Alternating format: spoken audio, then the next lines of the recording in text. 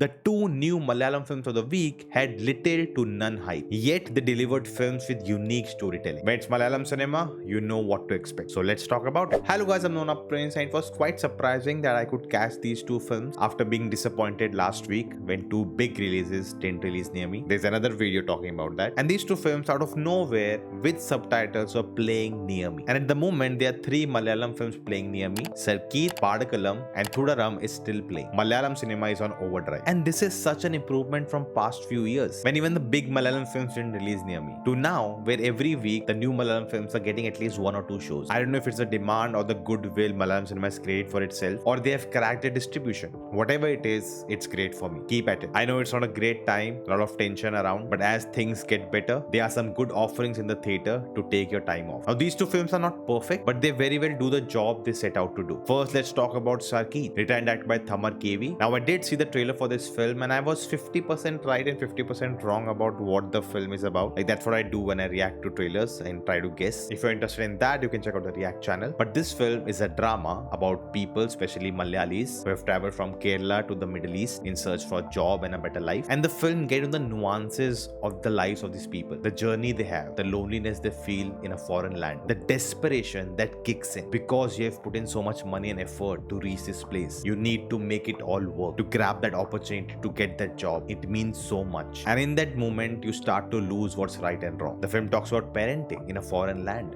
the decisions you take, how they can be conflicting to what you're trying to do. It is a challenge that you have taken up, and many succumb to it. The film also beautifully shows how in this world there are both good and bad people, people who will help you out in the desperate times without needing anything, and then the people who will take advantage of the situation you are in. And in all of this, we see a bond created between two strangers, which happens in an extraordinary situation which affects everyone's life forever. At the interval point, I was like, oh my god, where are we going with this? The film has a lot of surprises, which I don't want to ruin here at all. The cast of the film does a really good job. Asif Ali is in prime form, 3 back-to-back hits, and here we get to see his more emotional and softer side. The way he expresses emotions through his eyes, brilliant. Divya Prabha and Deepak Parambol as a couple do a really good job, but it's that kid who shines. The name I got on IMDb is Orhan. Sorry if I got it wrong, but he just delivered a performance where it's so hard to pull off even for a adult, but the way the kid does it, it just feels so natural. Like, he literally got on my nerves, and that's a good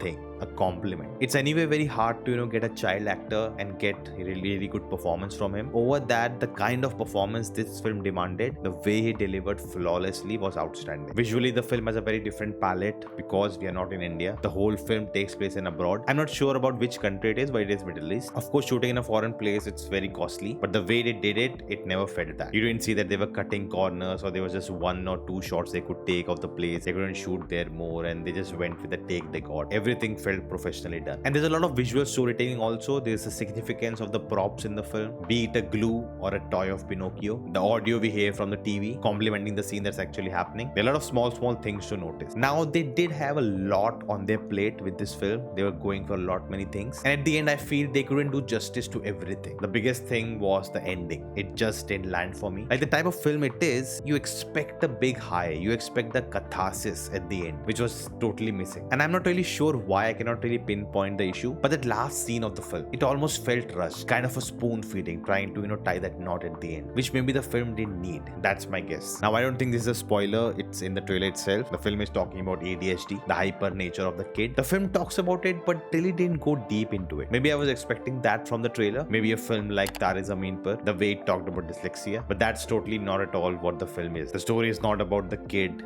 going through that arc. And it's actually not the opposite also, where the kid is teaching the adults. It's more like just a situation, and we just see how things unfold. I also felt the length of the film in the second half especially, and the tension they were trying to build in the second half leading up to the climax, that also didn't work that well. There's definitely a lack of clear resolution in the film, or maybe I just missed it. But still, overall, the film is really solid. Now, coming to the second film, Padakkalam, written and directed by Manu Swaraj, co-written by Nitin Babu. Now, I went into this film blank. I had no idea what I'm getting into. I'd just seen the poster of the film and I saw Suraj on it. That's it. I I heard some really good talks about the film, so I thought let's catch it if it's playing near me. Let's go in blank, let's try it. And it was really refreshing because it just surprised me. With what I do, it's very hard, not to know anything about the film before going in. You see the trailers, you hear a lot of talk, you research about the film. It's really hard to just go for a film without knowing anything, especially for a Malayalam film. For an English film, it's still, I can able to pull it off because I don't need to make videos about it. And also what happens is when you know the actors, when you watch the trailer, you've seen so many films, you try to create something in your head. You know who's the good guy, who's the bad guy, where the story will fall. You kind of construct it in your head. But here,